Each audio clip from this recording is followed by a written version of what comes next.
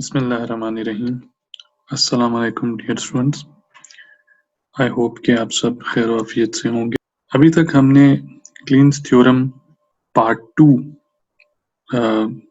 देखा था, जिसमें हमने ट्रांजिशन ग्राफ से रेगुलर एक्सप्रेशन बनाई। उसकी कुछ एग्जांपल्स भी मैं आपसे शेयर कर चुका हूँ प्रीवियस लेक्चर में। अभी हम लोग स्टार्ट करेंगे क्लीन्स थ्योरम पार्ट 3। ओके जी, सबसे पहली चीज, क्लीन्स थ्योरम पार्ट 3 हमें क्या कहता है? According to Kleene's theorem part 3 हमारे पास अगर, let me come up with the definition of part 3 over here. Okay जी, here we go, we are talking about Clean's theorem part 3.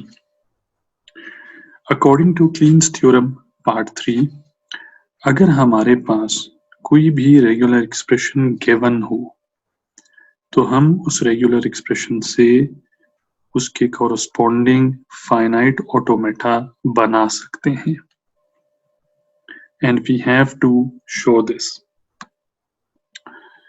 सो ये शो करने के लिए हमें सबसे पहले ये देखना होगा कि हमारे पास रेगुलर एक्सप्रेशन किस शक्ल में पाई जाती है।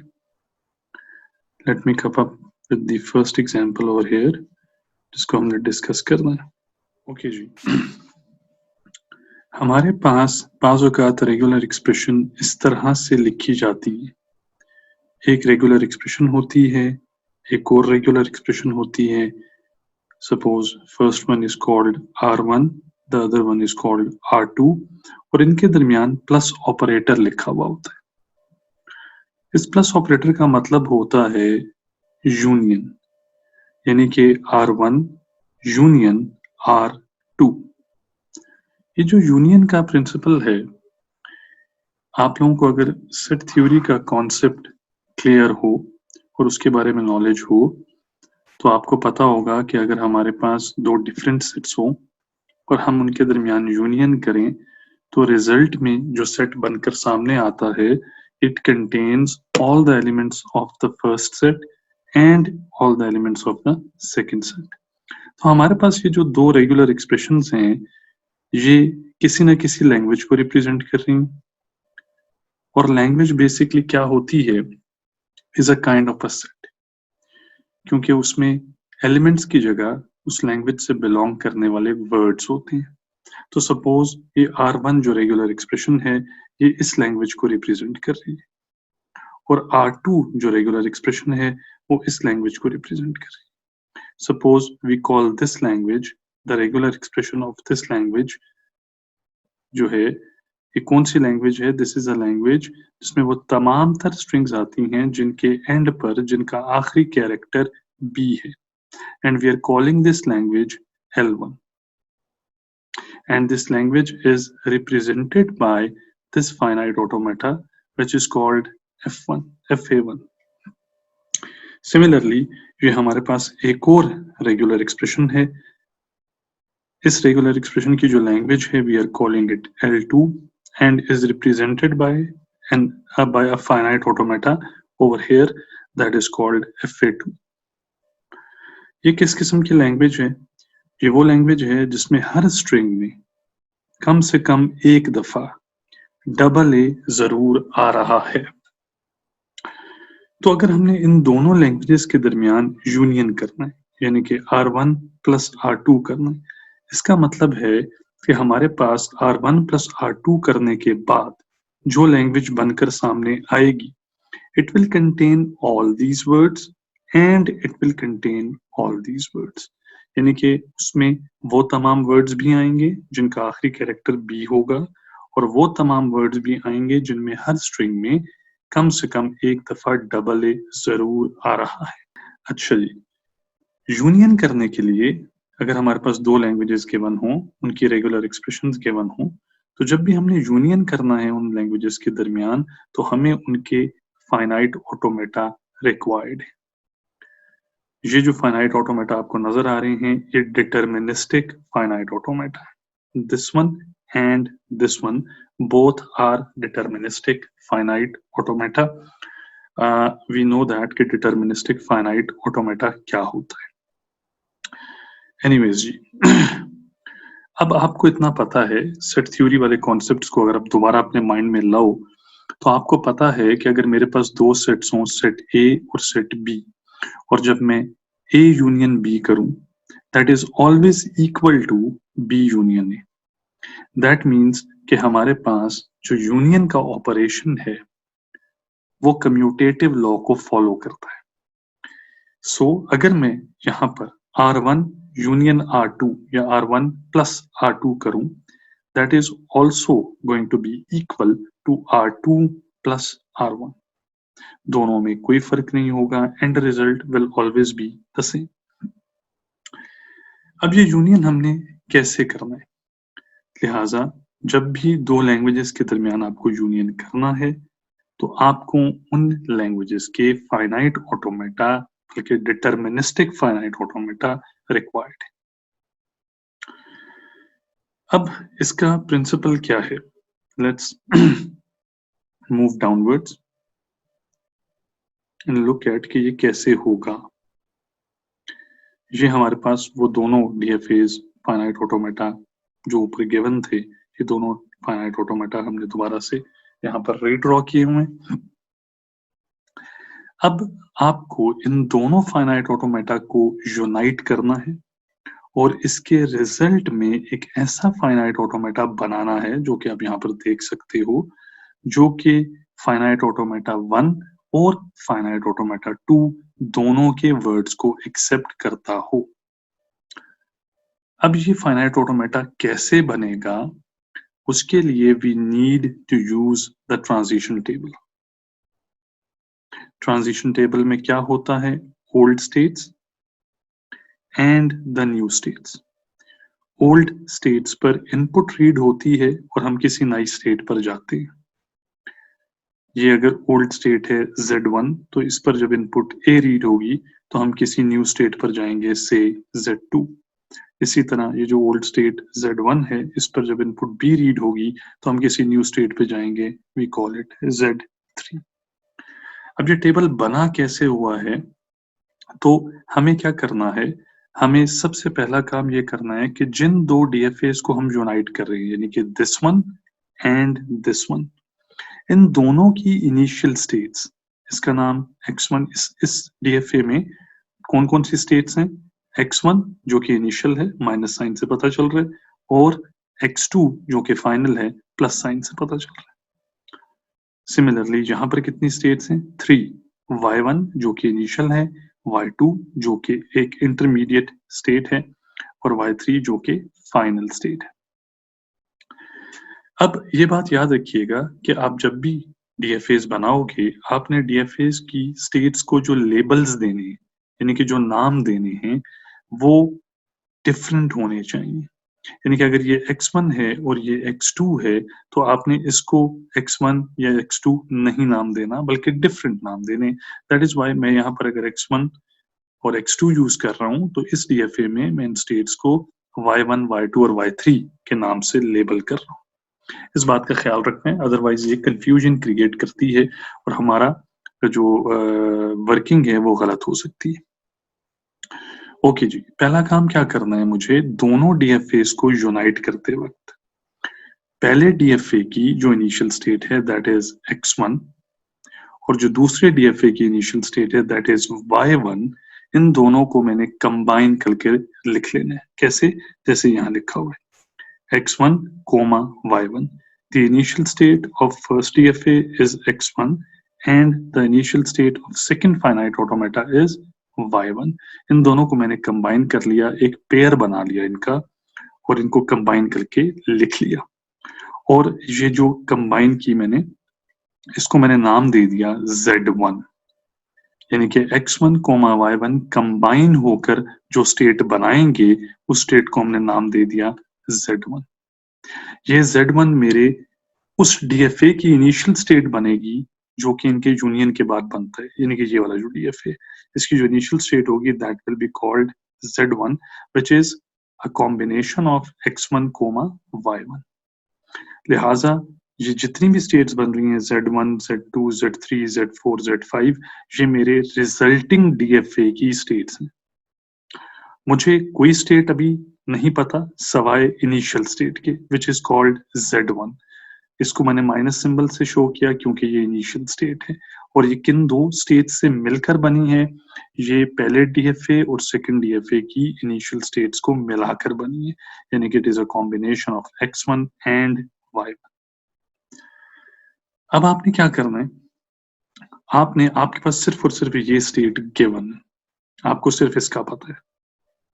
आप इस तरह से टेबल बनाओगे, इनिशियल स्टेट Z1 लिखोगे, किसका कॉम्बिनेशन है X1 और Y1 का। ये जो 3 लाइंस आपको नजर आ रही हैं ये इक्वालिटी को शो कर रही हैं कि Z1 is initial, this minus means initial and is equal to combination of X1 and Y1। So Z1 state जो है इसके ऊपर मैं इनपुट A को रीड करूंगा।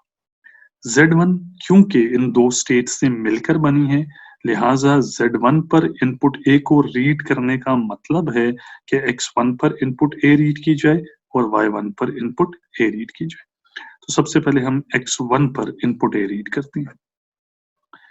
इनपुट रीड करने के लिए हमें DFAs रिक्वायर्ड हैं, लिहाजा X1 पर मैं देखता हूं कि जब मैं A रीड करता हूं तो एक लूप मिलती है मुझे और वो मुझे X1 पर ही रखती है, यानी कि X1 पर जब A रीड हुआ तो मैं लूप बैक करता हूं और कहाँ जाता हूं X1 पर। लिहाजा जब X1 पर मैंने A रीड किया तो मैं किधर गया X1 के ऊपर। फिर मैंने ये जो Y1 है इस पर A रीड करना है। Y1 पर जब मैंने A रीड किया मैं कहाँ गया Y2 पर, लिहाजा मैंने यहाँ पर Y2 लिख दिया। X1 पर भी A रीड हो गया, Y1 पर भी A रीड हो गया, रिजल्ट क्या आया X1, Y2। ये जो स्टेट बनकर आई मेरे सामने, इस स्टेट को मैंने नाम दे दिया Z2, क्योंकि ये Z1 थी तो मैंने इसको नाम दे दिया Z2। सिमिलरली ये जो Z1 स्टेट है जो कि कॉम्बिनेशन है X1 और Y1 का, इस पर अब मैं इनपुट B को रीड करूंगा, यानी कि X1 पर B रीड करूंगा, Y1 पर B रीड करूंगा। सबसे पहले मैंने क्या किया, X1 पर B रीड किया। X1 पर जब B रीड करता हूं मैं कहाँ जाता हूं X2 पर, लिहाजा जब X1 पर मैंने B रीड किया मैं कहाँ गया X2 के ऊपर। फिर मैंने Y1 के ऊपर B रीड किया। जब मैंने Y1 पर B रीड किया तो मैं कहाँ गया लूप बैक करके दोबारा Y1 पर। दैट इज वाई मेरे पास यहाँ जो कॉम्बिनेशन बना दैट इज X2, Y1। अब ये जो स्टेट बनकर सामने आई है X2, Y1, इसको मैंने नाम दे दिया Z3। सो मैंने Z1 पर जब इनपुट A रीड की मुझे Z2 मिल गया, जब मैंने Z1 पर इनपुट B रीड की मुझे Z3 मिल गया। अब मुझे पता है Z1 पर A आए तो Z2 पर जाओ, Z1 पर B आए तो Z3 पर जाओ। अब अगली स्टेट मुझे यहाँ कौन सी लिखनी चाहिए, तरतीब में चलूंगा, ज़ाहिरी बात है Z1 को हमने डील कर लिया है, न्यू स्टेट क्या बनी Z2 और Z3, तो सबसे पहले Z2 को डील करेंगे, लिहाजा हमने यहाँ Z2 लिख दिया। अब Z2 किन दो स्टेट्स का कॉम्बिनेशन है X1 एंड Y2 का, तो इसके ऊपर भी मैं वही प्रोसीजर करूंगा जो मैंने प्रीवियसली Z1 पर किया, यानी कि X1 पर A रीड करूंगा फिर Y2 पर A रीड करूंगा। X1 पर जब मैंने A रीड किया तो मैं कहाँ गया X1 पर ही रहा, लिहाजा जब X1 पर A रीड हुआ तो मैं X1 पर ही रहा। फिर मैंने Y2 के ऊपर A रीड किया। अब Y2 पर जब मैं A रीड करता हूँ मैं Y3 पे चला जाता हूँ, लिहाजा Y2 पर जब A रीड हुआ मैं कहाँ चला गया Y3 पर। सो Z2 के ऊपर जब A रीड हुआ तो मेरे पास ये कॉम्बिनेशन आया X1, Y3। ये कॉम्बिनेशन मैं देखूंगा पहले तो मेरे पास नहीं आया, ठीक है, फॉर द फर्स्ट टाइम आया है, लिहाजा इसको मैं नाम दे दूंगा Z4, क्योंकि Z2 भी मैं ऑलरेडी देख चुका हूँ, Z3 भी नाम दे चुका हूँ, तो इस कॉम्बिनेशन को मैं क्या नाम दूंगा Z4। अब क्योंकि इस कॉम्बिनेशन में मेरे पास सेकंड डीएफए का फाइनल आया है जो कि है y3, लिहाजा ये जो Z4 है it should be considered as a final state. It should be considered as a final state. आप यहाँ पर प्लस सिंबल डाल दो, इन्होंने नहीं डाला हुआ, आप डाल दो, वरना यहाँ पर आप देख सकते हो जब Z4 को डील किया गया तो प्लस सिंबल साथ लगाया गया। सिमिलरली जो Z3 थी वो भी फाइनल थी, क्यों? क्योंकि Z3 में x2, y1 था और x2 जो था वो पहले डीएफए की फाइनल स्टेट थी। यानी कि मेरे पास कॉम्बिनेशन में दोनों में से किसी भी डीएफए की फाइनल स्टेट आ जाए तो मैं उसको उस कॉम्बिनेशनल स्टेट को फाइनल बना लूंगा। क्योंकि इस Z3 में मेरे पास x2 आ गई थी, लिहाजा Z3 को फाइनल होना चाहिए था, हमने Z3 को फाइनल बनाया। Z4 में y3 आ गई थी, लिहाजा Z4 को भी फाइनल बनाया। अगर किसी कॉम्बिनेशन में x2, y3 दोनों आ जाएं, वो भी फाइनल बनेगी। ओके जी, अब हमने इस x1 पर b रीड करना है। x1 पर जब हम b रीड करते हैं तो हम x2 पर चले जाते हैं, we can see that x2, और फिर हमने y2 पर b रीड करना है। y2 पर मैं जब b रीड करता हूँ मैं y1 पर चला जाता हूँ, so we have written y1 over here. आप देखो x2, y1 कॉम्बिनेशन बन गया मेरे पास। अब ये x2, y1 पहले आ चुका है और हमने उसको क्या नाम दिया था, Z3, लिहाजा इस कॉम्बिनेशन को हम कोई और नाम नहीं देंगे, वही नाम देंगे, and that is Z3। Okay जी, अब Z2 भी कंप्लीट हो गई। Now we move to Z3 जो कि एक फाइनल स्टेट है। क्यों फाइनल है? बिकॉज Z3 कॉम्बिनेशन था x2 और y1 का, और इस कॉम्बिनेशन में x2 fa1 की फाइनल स्टेट थी, लिहाजा इसकी वजह से, इस x2 की वजह से Z3 फाइनल बन गया है। तो Z3 को हमने प्लस ऑपरेटर ऊपर लिख दिया टू शो कि ये फाइनल स्टेट है। Z3 किन दो स्टेट्स का कॉम्बिनेशन है, x2, y1। ओके जी, अब हम सेम प्रोसीजर यहाँ पे भी करेंगे, यानी कि इस x2 पर हमने a रीड करना है। जब हम x2 पर a रीड करते हैं हम कहाँ जाते हैं, x1 पर। वी कैन सी दैट कि x2 पर जब a रीड हुआ we are going to x1, लिहाजा इस x2 पर जब a रीड हुआ we are going to x1। Similarly ये जो y1 है, अब इस पर a रीड करेंगे, y1 पर a रीड किया तो हम y2 पर चले गए, लिहाजा यहाँ पर आ गया y2।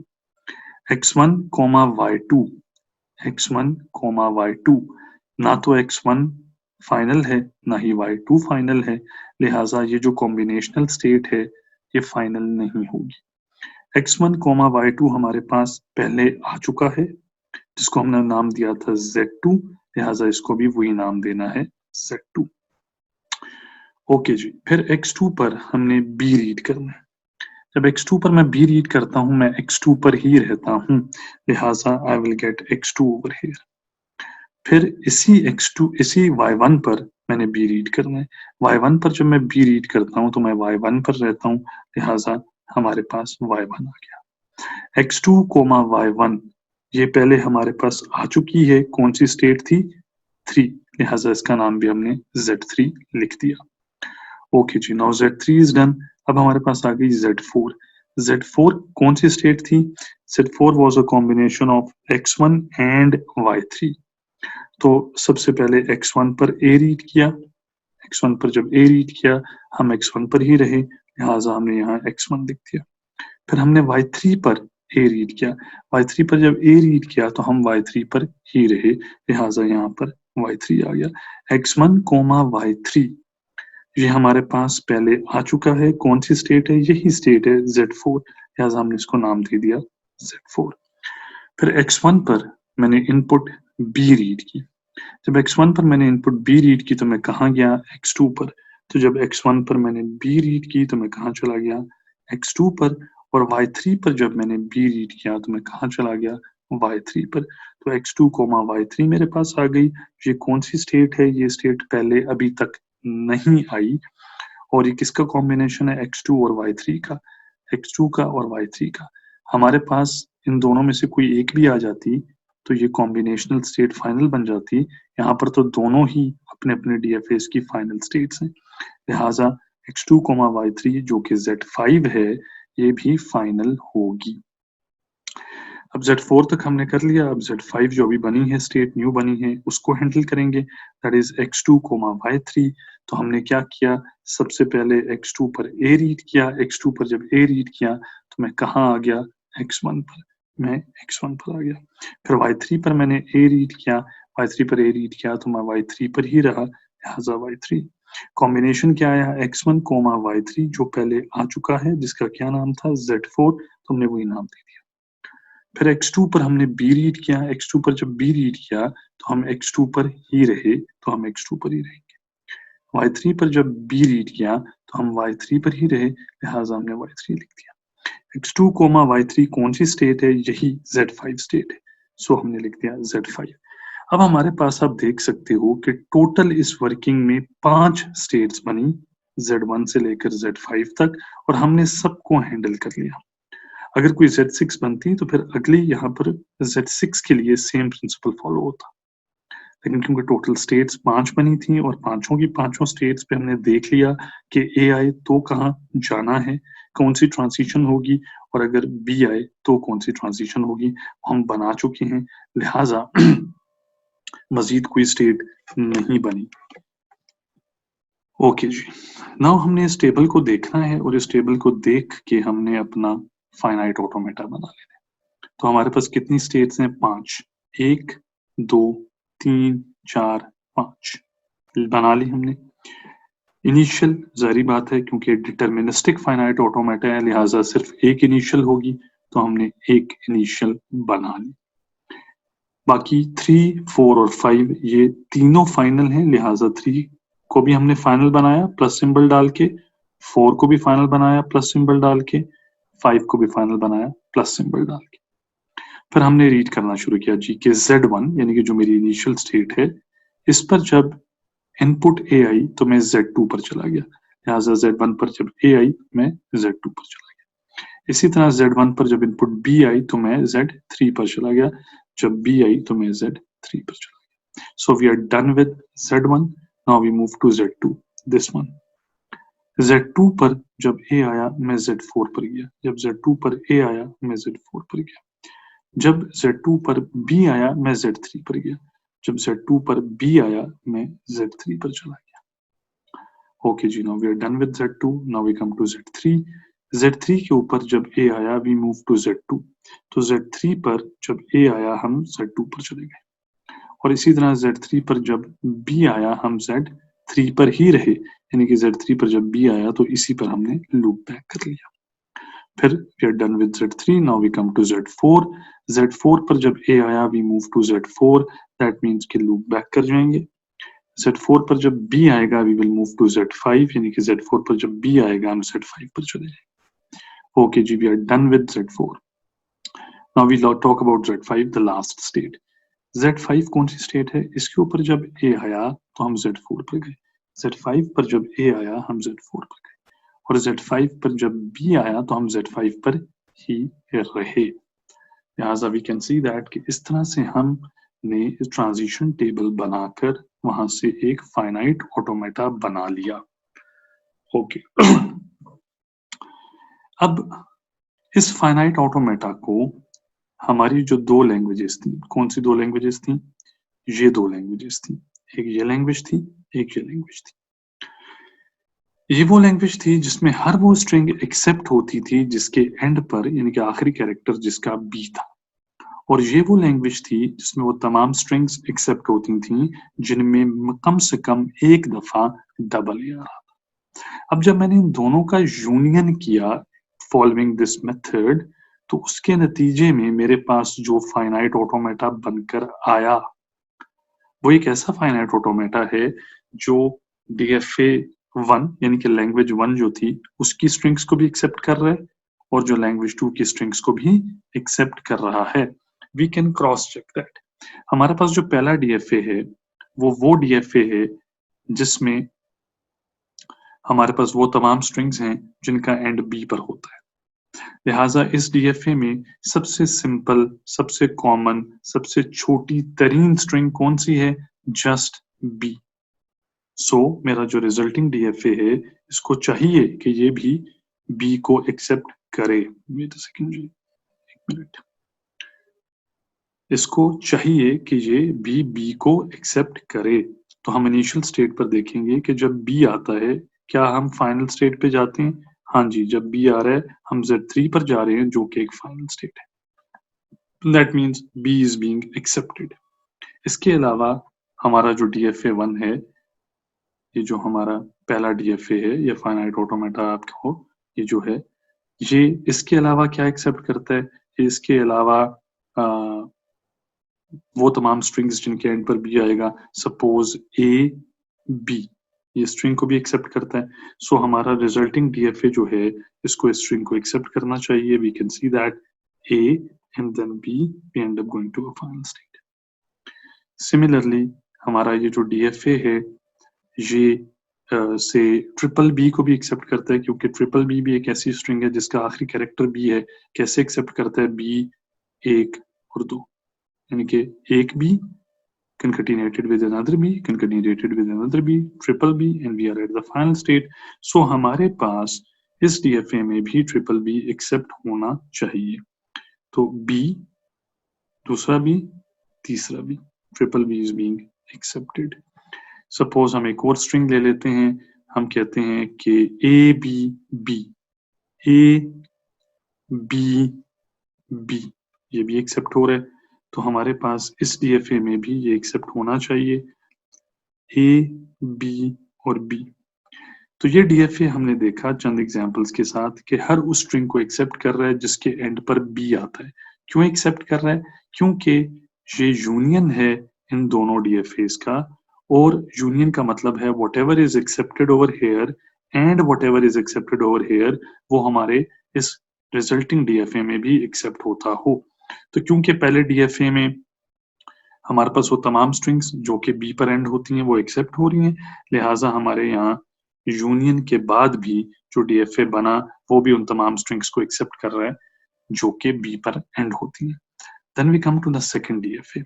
हमारा सेकंड DFA ऐसा DFA था जो कि उन तमाम स्ट्रिंग्स को एक्सेप्ट करता है जिनमें हर स्ट्रिंग में कम से कम एक दफा ए फॉलोड बाय ए, यानी कि डबल ए आ रहा है। तो हमारा ये जो रिजल्टिंग DFA है, इसको भी वो तमाम स्ट्रिंग्स एक्सेप्ट करनी चाहिए। तो हम देख सकते हैं कि यहाँ पर इस DFA के मुताबिक सबसे मिनिमम, सबसे सिंपल, सबसे छोटी तरीन स्ट्रिंग क्या थी जिसको ये एक्सेप्ट करता है? That was simply double A. तो इसको भी वो एक्सेप्ट करना चाहिए, A followed by A, and again we end up going to a final state. So double A is being accepted.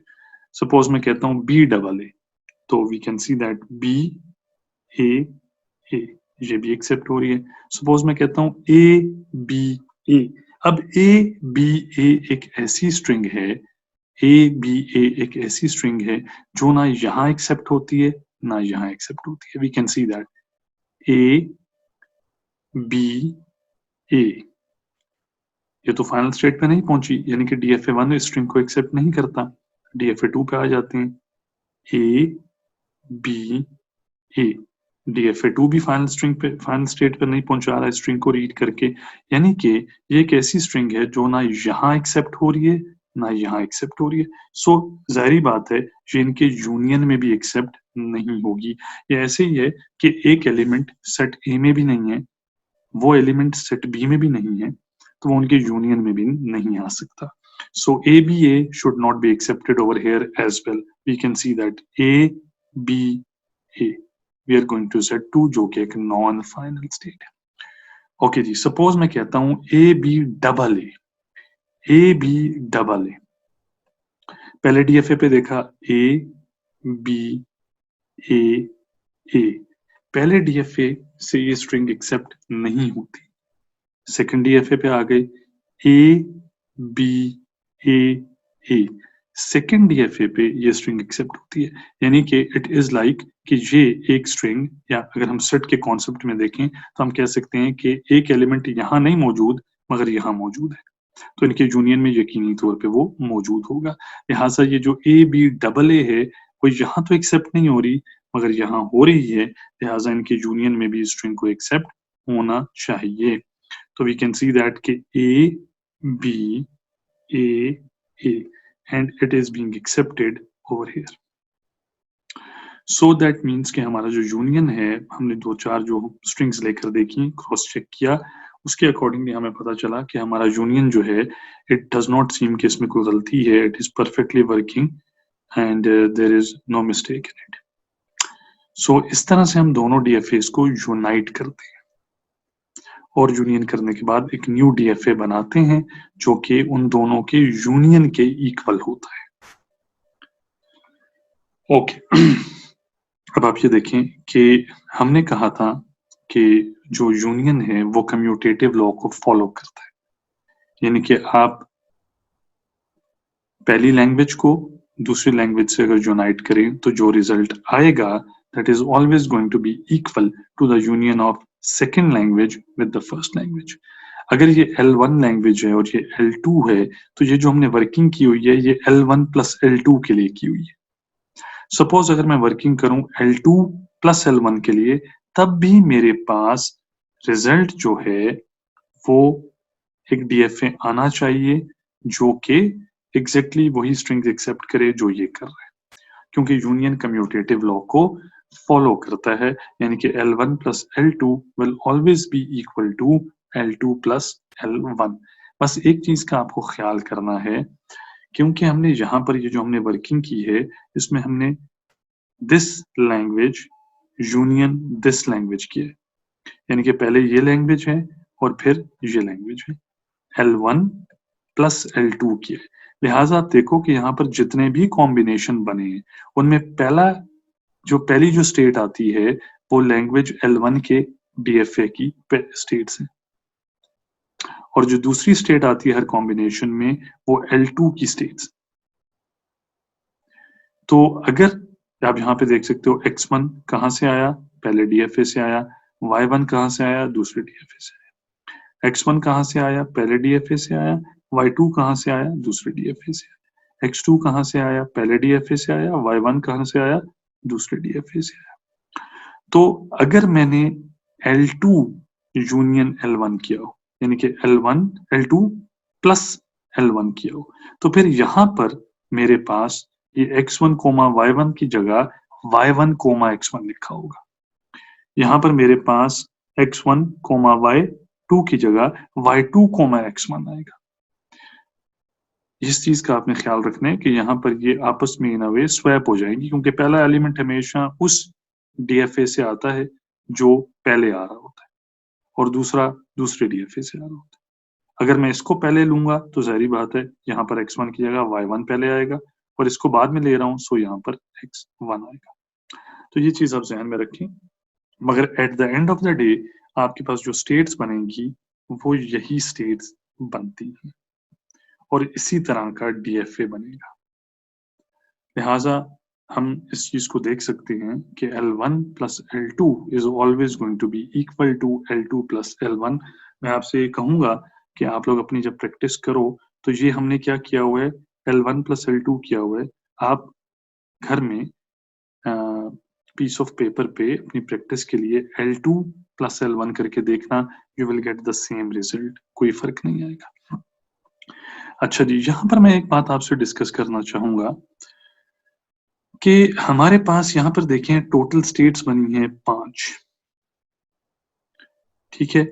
हमें इन पांचों स्टेट्स, जब हमने ये प्रोसेस स्टार्ट किया था, हमें सिर्फ और सिर्फ Z1 का पता था, क्योंकि हमने कहा था कि Z1 जो है वो पहले डीएफए और दूसरे डीएफए की इनिशियल स्टेट्स का कॉम्बिनेशन है, और इस Z1 पर हमने A रीड किया, फिर हमें ये पता चला, इस Z1 पर हमने B रीड किया, फिर हमें ये पता चला, और साथ साथ फिर स्टेट्स बनती गई और हम इन स्टेट्स को लिखते गए और इनके ऊपर वर्किंग करते गए। एक तरीका और है, वो तरीका ये है कि मैं क्या करूं कि इस वर्किंग को करने से पहले मैं ये स्टेट्स पहले से ही लिख लूं। कैसे हो सकता है? देखो एक बात याद रखो, क्योंकि हमारे पास ये जो स्टेट्स बन रही हैं ये कॉम्बिनेशंस में बन रही हैं। एक स्टेट एक डीएफए की आती है, दूसरी स्टेट दूसरी डीएफए की आती है। तो कॉम्बिनेशंस बन रहे हैं हमारे पास, आप देख सकते हो। तो मैं मैक्सिमम कॉम्बिनेशंस मेरे पास कितने आ सकते हैं? अगर L1 प्लस L2 हो रहा है तो मैक्सिमम कॉम्बिनेशंस कितने आ सकते हैं? x1 comma y1, x1 comma y2, x1 comma y3, similarly x2 comma y1, x2 comma y2, x2 comma y3। यानी कि टोटल मैक्सिमम कॉम्बिनेशंस जो मेरे पास पॉसिबल हैं यूनियन करते वक्त वो 6 हैं। यानी कि यहाँ पर मैक्सिमम स्टेट्स कितनी आ सकती थी? Z1, Z2, Z3, Z4, Z5 and Z6। तो ये बात आप याद रखिएगा कि जब भी आप यूनियन करेंगे आपको इतना पता होना चाहिए कि आपके पास मैक्सिमम स्टेट्स कितनी पॉसिबल हैं। लिहाजा अगर आपके पास उससे ज्यादा स्टेट्स बनेंगी तो यू शुड नो दैट कि कहीं ना कहीं आपने गलती की है, मिस्टेक की है। अब ये 6 क्यों बन रही है? बड़ा सिंपल सा फॉर्मूला है, number of states of this DFA multiply with the number of states of this DFA. यहाँ पर 2 स्टेट्स हैं, यहाँ पर 3 स्टेट्स हैं, 2 मल्टीप्लाई बाय 3 इज 6। लिहाजा यहाँ पर मैक्सिमम स्टेट्स 6 बन सकती है। मैं ये कर सकता था कि मैं ये पूरा प्रोसेस अभी ना करता, मैं कहता Z1 है x1 कोमा y1 जैसे हमने ले लिया, फिर मैं कहता Z2 है x1 कोमा y2, फिर मैं कहता Z3 है x1 कोमा y3, फिर मैं कहता Z4 है x2 कोमा y1, Z5 है x2 कोमा y2, Z6 है x2 कोमा y3। मगर इससे क्या होता कि मेरे पास बजाय यहाँ पर, अब देखो ये जो हमने वर्किंग किया उससे टोटल 5 स्टेट्स आई, मगर अगर मैं इस तरह से पहले से यहाँ लिख देता तो मेरे पास 6 स्टेट्स बन जाती। ठीक है, और फिर मैं 6 की 6 के लिए इनपुट ए भी रीड करता, इनपुट बी भी रीड करता, और उस केस में क्या होता, वो जो एक्स्ट्रा स्टेट यहाँ आती Z6 जो एक्स्ट्रा स्टेट आती, वो एक्चुअली जब मैं डीएफए बनाता यहाँ पर, जिस तरह ये डीएफए मैंने बनाया, तो जब मैं डीएफए बनाता तो वो Z6 एक वेस्ट बास्केट स्टेट बन जाती, एक ऐसी स्टेट बन जाती जिस पर जाने के बाद मैं फाइनल पे नहीं जा सकता था। तो इन अ वे वो एक अनवांटेड स्टेट होती। तो हमने उस तरह किया ही नहीं, हमने जैसे जैसे पहली Z1 हमने डिफाइन की, और फिर जैसे जैसे जो दो स्टेट्स बनती गई हम उनको रिजॉल्व करते गए। तो उससे फायदा ये हुआ कि हमारे पास वो जो एक्स्ट्रा स्टेट थी, वो जो वेस्ट बास्केट स्टेट थी, वो बनी ही नहीं। लेकिन आप ये याद रखना कि आपको पता हो कि मैक्सिमम स्टेट्स कितनी बन सकती हैं, 2 मल्टीप्लाई बाय 3। इस केस में 6 स्टेट्स बन सकती है मैक्सिमम। ठीक है, 7वीं नहीं बननी चाहिए, अगर 7वीं बनेगी that means we have done some kind of a mistake. I hope कि ये चीज आपको समझ आ गई होगी। This is how we take the union of 2 languages. तो हमने क्या किया, अब आप देख सकते हो कि मेरे पास R1 और R2 के दरमियान यूनियन हुआ है, प्लस ऑपरेटर हुआ है। अब इस पूरे ग्राफ की रेगुलर एक्सप्रेशन क्या है? Regular expression of the first language plus regular expression of the second language, यानी कि R1 प्लस R2। ये जो हमारे पास एंटायर एक रेगुलर एक्सप्रेशन बनी है, ये इस डीएफए के लिए है, और इस डीएफए की क्योंकि 2 हिस्से हैं, ये पहली रेगुलर एक्सप्रेशन वाली तमाम तर स्ट्रिंग्स को भी एक्सेप्ट करता है, प्लस सेकेंड रेगुलर एक्सप्रेशन वाली भी तमाम स्ट्रिंग्स को एक्सेप्ट करता है। तो इसकी रेगुलर एक्सप्रेशन क्या बनेगी? That would be R1 plus R2।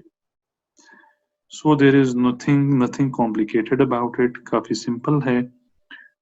Let's take another example for the understanding sake. Okay जी।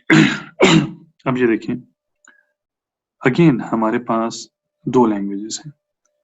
पहली जो लैंग्वेज है उसके लिए ये रेगुलर एक्सप्रेशन R1 हमने लिखी हुई है, और इस लैंग्वेज को हम कह सकते हैं कि सपोज ये L1 लैंग्वेज है, और इस लैंग्वेज में by looking at the regular expression we can see that कि वो तमाम स्ट्रिंग्स आती हैं जिनका आखिरी कैरेक्टर A है। हमने इसका ये डीएफए बना लिया, इसको हमने कहा कि ये फाइनाइट ऑटोमेटा 1 है, FA1 है। फिर हमारे पास एक और रेगुलर एक्सप्रेशन है R2 जो कि हमने ये लिखी हुई है। अब इस R2 रेगुलर एक्सप्रेशन को अगर हम देखें तो इससे हमें पता चलता है कि इसमें वो तमाम तर स्ट्रिंग्स आ रही हैं जिनकी लेंथ ऑड है। यानी कि लेंथ 1 की स्ट्रिंग आती है, लेंथ 3 की स्ट्रिंग आती है, 5 की आती है, 7 की आती है एंड सो ऑन। तो ये जो हमने R2 रेगुलर एक्सप्रेशन है, इसके लिए हमने ये DFA बना लिया और इस DFA को हमने नाम दे दिया फाइनाइट ऑटोमेटा 2, FA2। अब एग्जैक्ट वही प्रिंसिपल करूंगा जो मैंने ऊपर यूज किया। ये देख सकते हैं हमारे पास दो DFAs हैं जिनका भी हमने जिक्र किया। ये DFA उन तमाम स्ट्रिंग्स को एक्सेप्ट करता है जिनका आखिरी कैरेक्टर A है। ये DFA उन तमाम स्ट्रिंग्स को एक्सेप्ट करता है जिनकी लेंथ ऑड है। तो मैं क्या कर रहा हूं, मैं this language plus this language कर रहा हूं, यानी कि L1 प्लस L2 कर रहा हूं। अब दैट मीन्स कि जब मैं वर्किंग करूंगा, जिससे मैंने स्टेट ट्रांजिशन टेबल बनाया, old states then we have got the new states जो कि इनपुट ए और बी को रीड करने से आएंगी। लिहाजा जब मैं ये वर्किंग करूंगा तो मैं जो Z1 लूंगा जो कि मेरी इनिशियल स्टेट होगी इस DFA की, जो मैं बनाऊंगा, जो रिजल्टिंग DFA है, जो इसके रिजल्ट में बनेगा, उसकी इनिशियल स्टेट Z1 है। लिहाजा Z1 के साथ हमने माइनस साइन डाला कि ये इनिशियल स्टेट है और ये इनिशियल स्टेट किसके इक्वल है, x1 कोमा y1। दोनों DFAs की इनिशियल स्टेट्स को कंबाइन किया हमने और लिख लिया।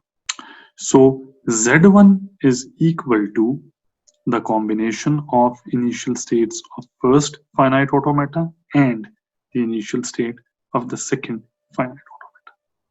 So we have got x1 comma y1.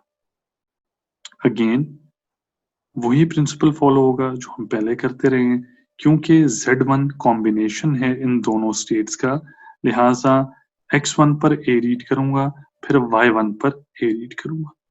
तो मैंने पहले x1 पर A रीड किया तो मैं कहाँ गया, x2 पर चला गया। फिर y1 पर मैंने A रीड किया, मैं कहाँ गया, y2 पर चला गया। x2 कोमा y2 ये एक न्यू स्टेट बन गई, हमने इसको नाम दे दिया Z2। और क्योंकि इसमें x2 भी फाइनल है, y2 भी फाइनल है, कोई एक भी फाइनल होती तो गुड इनफ, मगर यहाँ तो दोनों ही फाइनल हैं, इस वजह से Z2 को हम फाइनल बना देंगे। वी कैन सी दैट कि Z2 के ऊपर हमने प्लस सिंबल डाला। फिर इसी x1 पर हमने b रीड किया तो हम x1 पर ही रहे, x1 पर। y1 पर हमने b रीड किया तो हम y2 पर चले गए, x1 कोमा y2 ये पहले नहीं आया और x1 कोमा y2 को हमने नाम दे दिया, इस कॉम्बिनेशन को हमने नाम दे दिया Z3 का। और क्योंकि इसमें y2 फाइनल है, as we can see that कि y2 एक फाइनल स्टेट थी, तो इस वजह से ये जो Z3 बनेगी ये भी फाइनल होगी। ओके जी, हमने Z1 पर इनपुट A और B दोनों रीड कर लिए। न्यू स्टेट क्या बनकर आई थी, Z2, हमने Z2 लिख दी क्योंकि Z2 में x2 और y2 दोनों फाइनल थे, लिहाजा Z2 भी एक फाइनल स्टेट है। अब x2 पर मैंने इनपुट A रीड की, कहाँ गया, x2 पर ही गया। तो x2 पर जब A रीड की, x2 पर ही रहूंगा। फिर y2 पर A रीड किया, y2 पर जब A रीड किया तो y1 पर आ गया, तो x2 कोमा y1, यहाँ पर y1 आ गया। अब x2 कोमा y1 पहले नहीं आया, लिहाजा इसको हमने नाम दे दिया Z4 का। और इसमें क्योंकि हमारे पास x2 फाइनल है, लिहाजा Z4 भी फाइनल स्टेट बनेगी, वी कैन सी दैट। फिर x2 पर हमने b रीड किया, x2 पर जब b रीड किया हम x1 पर चले गए, we have written x1 over here. फिर हमने y2 पर b रीड किया तो हम y1 पर चले गए, we have written y1 over here. x1 comma y1 कौन सी स्टेट थी, Z1, लिहाजा हमने इसको नाम दे दिया Z1। आपने इस बात का ख्याल रखना है कि अगर कोई स्टेट पहले आ चुकी है तो उसका जो भी नाम है वही नाम दोबारा दें। अगर आप न्यू नाम देंगे तो आप अपने लिए काम बढ़ा देंगे। ओके जी, now we come to Z3। Z3 किसका कॉम्बिनेशन है, x1 कोमा y2। तो अगेन x1 पर A रीड किया, हम x2 पर आए, x2 लिखा। y2 पर A रीड किया, हम y1 पर आए, हमने y1 लिख दिया। x2 कोमा y1 पहले आ चुका है जिसका क्या नाम था, Z4, हमने इसको वही नाम दिया Z4। x1 पर हमने B रीड किया, कहाँ गए, x1 पर ही रहे, तो x1 लिखा। y2 पर हमने B रीड किया, तो y2 पर जब B रीड हुआ तो हम y1 पर आ गए, हमने y1 लिख दिया। अगेन x1 कोमा y1 पहले आ चुका है, कौन सी स्टेट है, z1 स्टेट है, लिहाजा वही नाम दे दिया। ओके जी, z4 आ गया हमारे पास। z4 क्या था, x2 कोमा y1, सेम काम करेंगे, x2 पर a रीड किया, कहाँ गए, x2 पर ही रहे, तो x2 आ गया। y1 पर a रीड किया, कहाँ गए, y2 पर गए, तो y2 आ गया। x2 कोमा y2 कौन सी स्टेट है, z2 पहले आ चुकी थी, z2 नाम था, हमने z2 दे दिया। x2 पर हमने b रीड किया, x2 पर जब b रीड हुआ, कहाँ गए, x1 पर हमने x1 लिख दिया। y1 पर जब हमने b रीड किया, कहाँ गए, y2 पर हमने y2 लिख दिया। x1 कोमा y2 कौन सी स्टेट है, ये भी पहले आ चुकी है, z3, हमने यहाँ नाम दे दिया z3। हमारे पास टोटल 4 स्टेट्स बनी और मैक्सिमम बन भी 4 ही सकती थी। वी कैन सी दैट, क्यों, क्योंकि इसमें भी 2 स्टेट्स हैं, इसमें भी 2 स्टेट्स हैं, तो 2 मल्टीप्लाई बाय 2 पॉसिबल कॉम्बिनेशंस 4 आ सकते थे। कौन कौन से, x1 comma y1, x1 comma y2, x2 comma y1, x2 comma y2, ये 4 कॉम्बिनेशंस पॉसिबल थे, चारों के चारों बन गए हैं। कम भी बन सकते थे, लेकिन इत्तेफाक से यहाँ पर क्या हुआ कि चारों के चारों पॉसिबल कॉम्बिनेशंस बन गए। और फिर हमने इस ग्राफ को, इस ट्रांजिशन टेबल को देखते हुए ये ग्राफ बना लिया। कितनी स्टेट्स थी, 4, तो Z1 जो कि इनिशियल थी, लिहाजा माइनस सिंबल डाल दिया, Z2, Z3, Z4 लिखी, तीनों की तीनों फाइनल थी, लिहाजा प्लस सिंबल लगा दिया तीनों के साथ। फिर हमने देखा Z1 पर A आए तो कहाँ जाओ, Z2 पर, Z1 पर A आए तो कहाँ जाओ, Z2 पर, Z1 पर B आए तो कहाँ जाओ, Z3 पर, Z1 पर B आए तो कहाँ जाओ, Z3 पर, फिर Z2 पर A आए तो कहाँ जाओ, Z4 पर, Z2 पर A आए तो Z4 पर जाओ, Z2 पर B आए तो कहाँ जाओ, Z1 पर, Z2 पर B आए तो Z1 पर, Z3 पर A आए तो कहाँ जाओ, Z4 पर, Z3 पर A आया तो Z4 पर, Z3 पर B आए तो कहाँ जाओ, Z1 पर, Z3 पर B आया तो Z1 पर, Z4 पर A आए तो कहाँ जाओ, Z2 पर, Z4 पर A आए तो कहाँ जाओ, Z2 पर, और Z4 पर B आए तो कहाँ जाओ, Z3 पर, B आए तो Z3 पर, तो हमारे पास ये DFA बन जाएगा। अब हम क्रॉस चेक कर सकते हैं कि क्या हमारा यूनियन करेक्ट है या इनकरेक्ट है। तो भाई ये जो हमारा पहला DFA था, ये वो तमाम स्ट्रिंग्स एक्सेप्ट करता है जिनका एंड A पर होता है। तो पहले तो हम इसको देखते हैं कि क्या इसकी तमाम पॉसिबल स्ट्रिंग्स, जो कि इनफाइनाइट है, सारी मैं चेक नहीं कर सकता, चंद चेक कर लेते हैं, क्या वो सारी एक्सेप्ट करता है हमारा रिजल्टिंग DFA। तो सपोज सबसे मिनिमम स्ट्रिंग से स्टार्ट लेते हैं, हम कहते हैं कि अगर हमारे पास A आ जाए, क्योंकि इस DFA में मिनिमम स्ट्रिंग क्या है, A, सबसे छोटी, सबसे सिंपल, A आ जाए तो इट इज बीइंग एक्सेप्टेड, लिहाजा यहाँ पर भी अगर मेरे पास A आए, इट शुड बी एक्सेप्टेड। ठीक हो गया, फाइनल पे जा रहा है, एक्सेप्ट हो रहा है, नो प्रॉब्लम। इसके अलावा सपोज मैं कहता हूं कि मेरे पास आ गया बी ए, तो यहां पर भी B A should be accepted हो रहा है। सपोज मेरे पास आए बी बी बी ए, तो हम देख लेते हैं बी बी बी ए, ये भी एक्सेप्ट हो रहा है। सपोज मेरे पास यहां पर आ जाए डबल ए ए, तो यहाँ पर भी ए और ए एक्सेप्ट हो गए। ओके जी, अब इस तरफ आ जाते हैं, ये वो फाइनाइट ऑटोमेटा है जो कि ऑड लेंथ की स्ट्रिंग्स को एक्सेप्ट करता है, यानी कि लेंथ 1, लेंथ 3, लेंथ 5, लेंथ 7, इसकी तमाम स्ट्रिंग्स को ये एक्सेप्ट करता है।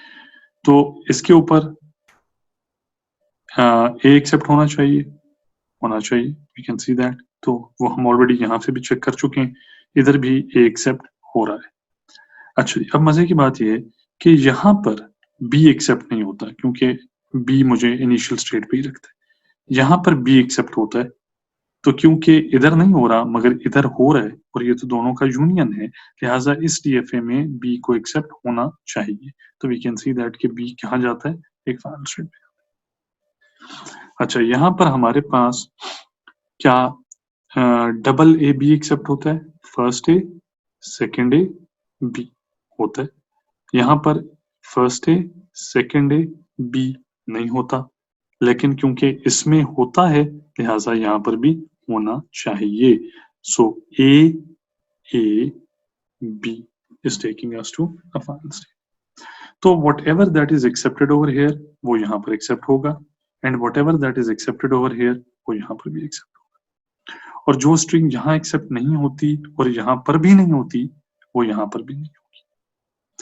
तो बिल्कुल एग्जैक्टली जैसे यूनियन का कॉन्सेप्ट होता है, एग्जैक्टली वही कॉन्सेप्ट है। फर्क इतना है कि instead of having conventional sets हमारे पास यहाँ पर लैंग्वेजेस है। सो इस लैंग्वेज की जो रेगुलर एक्सप्रेशन बनेगी वो क्या बनेगी, इस डीएफए के कॉरस्पॉन्डिंग क्या बनेगी रेगुलर एक्सप्रेशन। ये तो अगली एग्जांपल है, let me come over here. इसकी रेगुलर एक्सप्रेशन क्या बनेगी, R1 plus R2. This expression plus this expression will be the regular expression for the union of this particular DFA. I hope कि आप लोगों को ये बात समझ आ रही होगी। ओके जी, लेट्स कंसिडर अनदर एग्जांपल। एक एग्जांपल और देखते हैं इस यूनियन की। ओके जी, ये हमारे पास एक और एग्जांपल आ गई। अब आप ये देखें कि अगेन हमारे पास क्या है, दो लैंग्वेजेस हैं। पहली लैंग्वेज की रेगुलर एक्सप्रेशन ये है जिसको R1 बोला गया, दूसरी लैंग्वेज की रेगुलर एक्सप्रेशन ये है जिसको R2 बोला गया। ये जो फर्स्ट लैंग्वेज है ये इवन लेंथ की स्ट्रिंग्स को एक्सेप्ट करती है। ये जो रेगुलर एक्सप्रेशन है ये इवन लेंथ की स्ट्रिंग्स के लिए, यानी कि लेंथ 0 की string, length 2, length 4, length 6, length 8 and so on. Infinite number of strings आएंगे इसमें, मगर हर एक स्ट्रिंग की लेंथ क्या होगी, इवन। ये जो रेगुलर एक्सप्रेशन है ये वही है जिसको हम ऊपर भी देख चुके हैं, ऑड लेंथ की, यानी कि वो तमाम स्ट्रिंग्स जिनकी लेंथ ऑड होगी, यानी कि length 1, length 3, 5, 7, 9 and so on. यहाँ पर भी इनफाइनाइट नंबर ऑफ स्ट्रिंग्स आएंगी। हमने क्या किया, दोनों रेगुलर एक्सप्रेशंस जो हैं उनके लिए फाइनाइट ऑटोमेटा बना लिया। ओके, सेम काम करूंगा, R1 प्लस R2 करूंगा, यानी कि पहला डीएफए ये है प्लस सेकंड डीएफए ये है। एक बात आप और से देखिए कि ये जो फर्स्ट लैंग्वेज है जिसमें इवन लेंथ की स्ट्रिंग्स आ रही हैं उसमें इनिशियल स्टेट जो है x1 वो प्लस भी लिखा हुआ है और माइनस भी लिखा हुआ है। दैट मीन्स वो इनिशियल भी है और वो फाइनल भी है। आई होप कि यू ऑल नो दैट। इसका क्या मतलब है, इसका मतलब है कि lambda is being accepted over here. Length 0 की स्ट्रिंग एक्सेप्ट हो रही है यहाँ पे। ठीक हो गया, ओके जी। अब मैं एग्जैक्टली वही काम करूंगा जिस तरह हम पहले कर रहे थे। इन दोनों डीएफएस की इनिशियल स्टेट्स जो हैं उनका कॉम्बिनेशन बनाऊंगा, यानी कि x1, y1, x1, y1। ये मेरे पास जो कॉम्बिनेशन है वो मेरे रिजल्टिंग डीएफए की क्या होगी, रिजल्टिंग डीएफए की इनिशियल स्टेट बनेगा। यानी कि x1, y1 को मैंने नाम दिया z1 और आप देख सकते हैं मैंने इसके साथ माइनस लिखा क्योंकि ये x1, y1 मेरी इनिशियल स्टेट है। लेकिन साथ मैंने प्लस भी लिखा है, यानी कि इसको इनिशियल के साथ फाइनल भी बनाया है। क्यों बनाया है, क्योंकि x1, y1 वाला जो कॉम्बिनेशन है इसमें x1 फाइनल भी है, तो दोनों में से कोई एक भी फाइनल होता तो डेफिनेटली ये स्टेट फाइनल बन जाती। लिहाजा x1 के फाइनल होने की वजह से z1 फाइनल भी है। सो यहाँ पर आप देखें 1 और 2, यहाँ पर भी 1 और 2। सो मैक्सिमम पॉसिबल स्टेट्स कितनी है, 4। लेकिन हमारे पास वर्किंग करने के बाद बन कितनी रही है, 2, क्योंकि ये मैक्सिमम पॉसिबल है। इसका ये मतलब नहीं कि एग्जैक्टली 4 ही बननी चाहिए, 4 से ज्यादा नहीं बननी चाहिए। सो हमने सबसे पहले x1 लिया, उस पर इनपुट ए रीड की, x1 पर ए रीड किया, कहाँ गए, x2 पर हमने लिख दिया x2।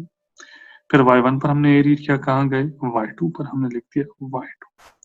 x2, y2 नई स्टेट है, हमने नाम दे दिया z2, क्योंकि इसमें y2 फाइनल थी इस कॉम्बिनेशन में, लिहाजा z2 को भी फाइनल होना चाहिए। We have written that over here. फिर x1 पर हमने b रीड किया, x1 पर b रीड किया तो कहाँ गए, x2 पर, x2 पर चले गए। फिर हमने y1 पर b रीड किया तो कहाँ गए, y2 पर, हम y2 पर चले गए। तो x2 कोमा y2 क्या है, वही स्टेट जो पहले आई थी, नाम क्या था, z2। फिर हमने z2 स्टेट लिखी, x2 कोमा y2। x2 पर जब a आया कहाँ गए, x1 पर। y2 पर जब a आया कहाँ गए, y1 पर। x1 comma y1 is z1, पहले आ चुकी है। फिर x2 पर हमने b रीड किया, कहाँ गए, x1 पर। फिर हमने y2 पर b रीड किया, कहाँ गए, y1 पर। तो दोबारा वही x1 कोमा y1 आई, जो कि पहले आ चुकी है, जिसका नाम था z1। यानी कि टोटल स्टेट्स हमारे पास कितनी बनी, 2 बनी। कौन कौन सी, z1 and z2। z1 initial भी है, फाइनल भी है, लिहाजा z1 को इनिशियल भी बनाया और फाइनल भी बनाया। z2 खाली फाइनल है, लिहाजा z2 को फाइनल बना दिया। आपको पता है कि जब आप फाइनाइट ऑटोमेटा बनाते हो, डिटर्मिनिस्टिक फाइनाइट ऑटोमेटा बनाते हो, या इवन कोई दूसरा फाइनाइट ऑटोमेटा भी बनाओ, आपके पास इनिशियल स्टेट हमेशा एक ही होती है। क्लियर है? तो हमारे पास यहाँ पर z1 इनिशियल भी है, फाइनल भी है, और z2 हमारे पास फाइनल। सो z1 पर a आया, कहाँ गए, z2 पर। z1 पर b आया, कहाँ गए, z2 पर। सो z1 पर जब a आया या b आया, z2 पर चले। z2 पर जब a आया या b आया, कहाँ गए, z1 पर गए। a आया या b आया, कहाँ गए, z1 पर।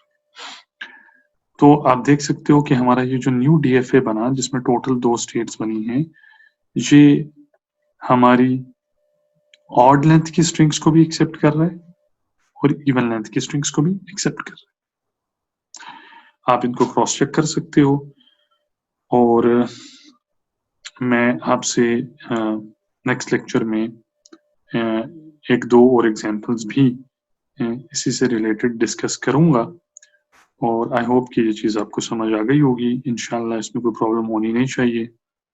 और जो नेक्स्ट लेक्चर होगा उसमें हम एक दो एग्जांपल्स और भी इसी से रिलेटेड डिस्कस करेंगे, and then we will move to the next kind of या variation of Kleene's theorem part 3, जिसमें 2 DFAs के दरमियान हम, या 2 लैंग्वेजेस के दरमियान हम कंकैटिनेशन करेंगे। ऊपर तो हमने यूनियन किया ना, अब कंकैटिनेशन भी तो मुमकिन है। तो लिहाजा next part will be regarding the concatenation of 2 languages. Thank you very much. I hope कि आपको ये चीज़ समझ आ गई होगी, और इंशाल्लाह and thank you very much. अपना ख्याल रखिएगा बहुत ज़्यादा, एंड गॉड ब्लेस यू जी। अल्लाह हाफिज़।